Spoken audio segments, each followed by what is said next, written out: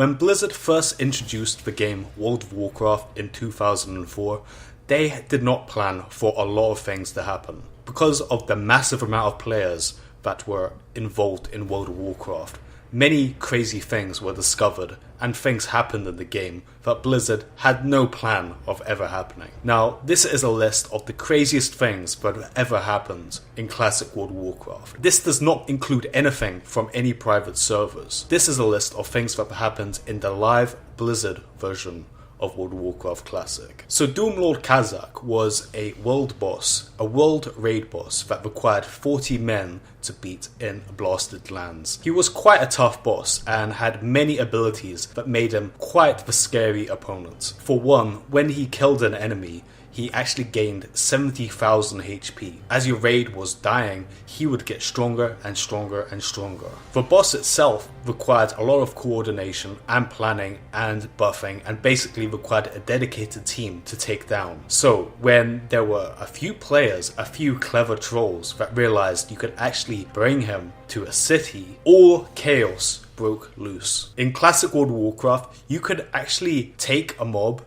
and basically let it attack you. You attack the mob and it will follow you. With Doomlord Kazzak, if you had a dedicated team, you could actually pull it a very, very long distance. Being that Blasted Lands is actually quite close relative to Stormwind, people figured out we could actually bring Doomlord Kazzak into Stormwind. And of course, when you could do something like that, people actually did it. But the journey itself was immense. As I said, you needed an actual group to take Doomlord Kazzak into Stormwind. You would first need to go into the Blasted Lands, then into the Swamp of Sorrows, then Deadwind Pass, then Duskwood, then Elwyn Forest, and finally bring him to Stormwind. Craziness did not stop there. As he was brought into Stormwind, every enemy and NPC and player he killed, he gained 70,000 HP. So even if people tried to kill him, it was almost impossible since there was constantly low-level players being killed by Doomlord Kazzak. Considering his ability arsenal, he could rack up kills very easily when he was in Stormwind. He had a Shadow Bolt volley that basically killed everyone in a very, very long distance. The Shadow Bolts he fired was an AoE attack that hit anyone for 800 to 1,000 damage. So any low-level players that were hit by this were killed instantly. On top of this, the Shadow Bolts that he cast couldn't actually be stopped by line of sight. So if you were in a building, you weren't safe from the Shadow Bolts. You would still get hit by the Shadow Bolts from Doomlord Kazzak. So as you can imagine, it was pretty impossible to beat him once he came to the city, because there were constantly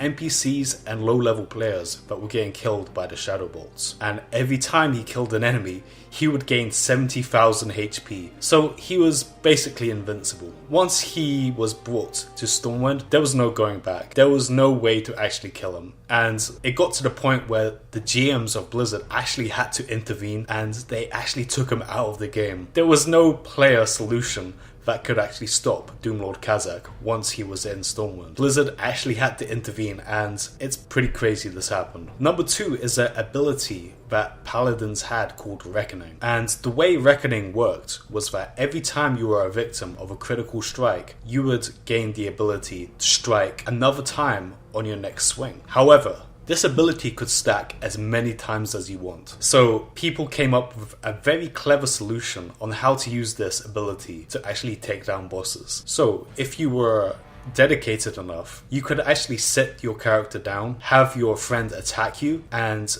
this would be a guaranteed critical strike. As in classic World of Warcraft, if you were attacked while sitting down, it would be a guaranteed critical strike. So you kept sitting down and your friend kept hitting you, you would gain more and more stacks of Reckoning, to the point where you could get as many stacks as you want and you could actually one-shot anything you wanted. It got to the point where a character actually gained 1,800 plus stacks of Reckoning from his friend critical striking him over and over again. So people had the bright idea to do this, and they actually targeted Doomlord Kazzak once again. They went up to him and one-shotted him with the Reckoning bomb, and this was the only time there's ever been a one-shot of a boss, aside from broken GM items. Immediately after this happens, Blizzard hotfixed the bug. However, it is not known as to whether or not the man that did the Reckoning Bomb actually got banned, because he technically didn't exploit any glitch. This was simply part of the game, and you could actually justify it being a clever use of game mechanics. I mean, just look at this.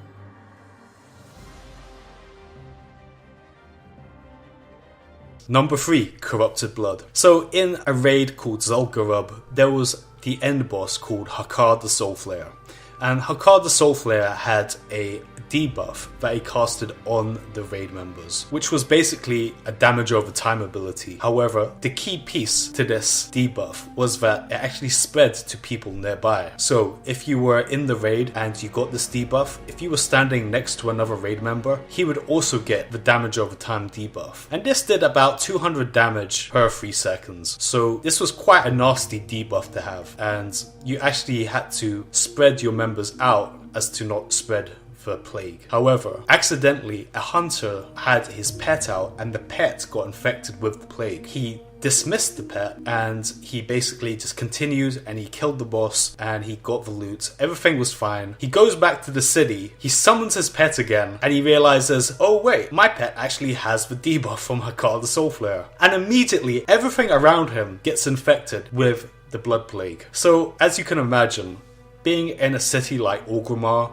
or Stormwind, having this plague be unleashed upon the middle of the city, NPCs, players, pets, everything would get infected with this plague, and they would spread from each other one by one. The spread of this plague was exponential, and in a very short time, cities like Orgrimmar and Stormwind were uninhabitable by the common players of World of Warcraft. NPCs were dead. The auctioneers were dead. You would step into Orgrimmar and you would get infected. It was an absolute nightmare. It even got to the stage where people were having quarantine camps outside of the major cities where they would dispel the plague from you. So people actually mobilized their own resistance against this plague. And the way people reacted to this incident is very similar to how real life humans would react to a similar situation. When there is a plague that is out of control, people will naturally avoid the major cities and look to find quarantine zones. In fact, this incident has been so documented, it has actually been in scientific journals as to how humans would react in such a situation. If a highly contagious plague was unleashed upon humanity,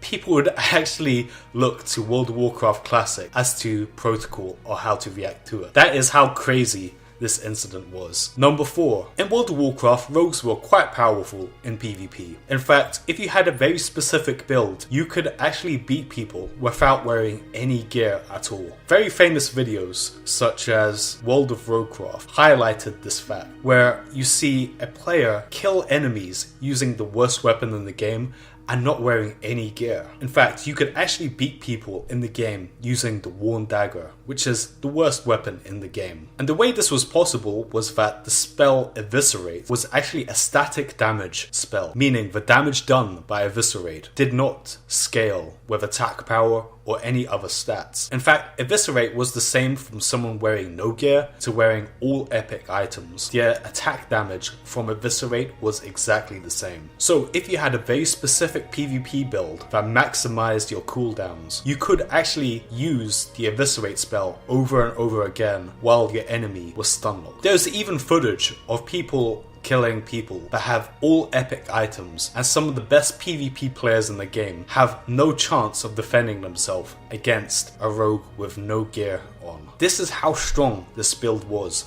It didn't even require you to wear any gear and could be done with the worst weapon in the game, and you could get results using it. Anchorage 40 is one of the biggest instances in World of Warcraft history. However, AQ40 was a giant raid. In fact, it had so much trash. Going from the start of the instance to the Kafun room took about 30 minutes of clearing trash. It was such a long instance. It was so many raid bosses that to clear it, it's usually a 2-nighter. Very rarely could you beat AQ40 in one night. However, a US guild discovered a very tricky way of skipping all the trash and going straight to Kafun. And when Naxxramas was released, the only relevant boss that dropped any loot that was usable in Naxxramas was Kafun. So people racked their brains as to how to get to Kafun without beating any of the previous bosses or any of the previous trash. But the US Guild came up with a way of deleting game files in the World of Warcraft folder that allowed you to go underneath the platform where the first boss is and go straight into the Kafun room. This saved you plenty of time, and you did not need to spend hours upon hours killing bosses that you had no need of getting loot from. You could go straight to Kafun with very little effort. But the way it worked is that altering game files, you could actually remove the panel that is near the first boss